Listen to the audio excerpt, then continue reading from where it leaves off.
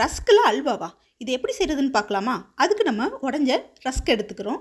இதை நம்ம மிக்ஸி ஜாரில் சேர்த்துட்டு அதை கொஞ்சம் பொடியாக நம்ம கிரைண்ட் பண்ணிவிட்டு வந்துடலாம். இப்போது நம்ம ஒரு கடாய் எடுத்துகிட்டு அதில் கொஞ்சம் நம்ம நெய் சேர்த்துக்கிறோம். இப்போ இந்த நெய்யில் நம்ம முந்திரி, திராட்சை இதெல்லாம் போட்டு வறுத்து எடுத்து வச்சுக்கலாம். அதே கடாயில் நம்ம கூட கொஞ்சம் நெய்யை சேர்த்து அதில் நம்ம ஆல்ரெடி கிரைண்ட் பண்ணி வச்சுருக்கிற அந்த ரஸ்க்கை நம்ம உள்ளே போடுறோம். ஸோ நம்மளுக்கு இதுக்கு வந்து கொஞ்சம் நெய் அதிகமாக தேவைப்படுறதுனால நம்ம எக்ஸ்ட்ரா ஒரு ஸ்பூன் சேர்த்துக்கிட்டோம்.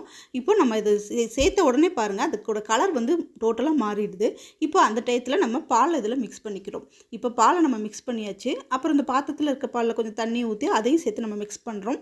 இப்போ நம்மளுக்கு தண்ணி தேவைப்பட்டால் நீங்கள் கூட கொஞ்சம் ஆட் பண்ணிக்கலாம், தப்பு இல்லை. இப்போ நெய் விட்டு நம்ம கிளறிக்கிட்டு இருக்கிறோம். இப்போ நல்லா கிளறியாச்சு. இப்போ இதில் நம்ம கூட கொஞ்சம் தண்ணி ஊற்றிக்கிறோம். இந்த தண்ணி ஊற்றி நம்ம கிளறும் போது அந்த ரஸ்கில் உள்ள இதெல்லாமே நல்லா வெந்து கொஞ்சம் நல்லா பார்க்குறதுக்கு நல்லா வரும்.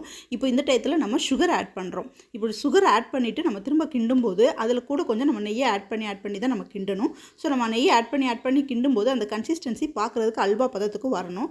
இப்போ வந்ததுக்கப்புறம் நம்ம முந்திரி, திராட்சை எல்லாம் போட்டுக்கலாம். நம்ம நினச்சதை விட ரஸ்க் அல்வா அருமையாக வந்திருக்கு. டேஸ்ட் அல்டிமேட்டாக இருக்குது. இதை செஞ்சு பார்த்துட்டு எப்படி வந்திருக்குங்கிறத கமெண்ட் பாக்ஸில் சொல்லுங்கள். இந்த வீடியோ பிடிச்சா லைக் பண்ணுங்கள், ரொம்ப பிடிச்சா சப்ஸ்கிரைப் பண்ணுங்கள். தேங்க்யூ.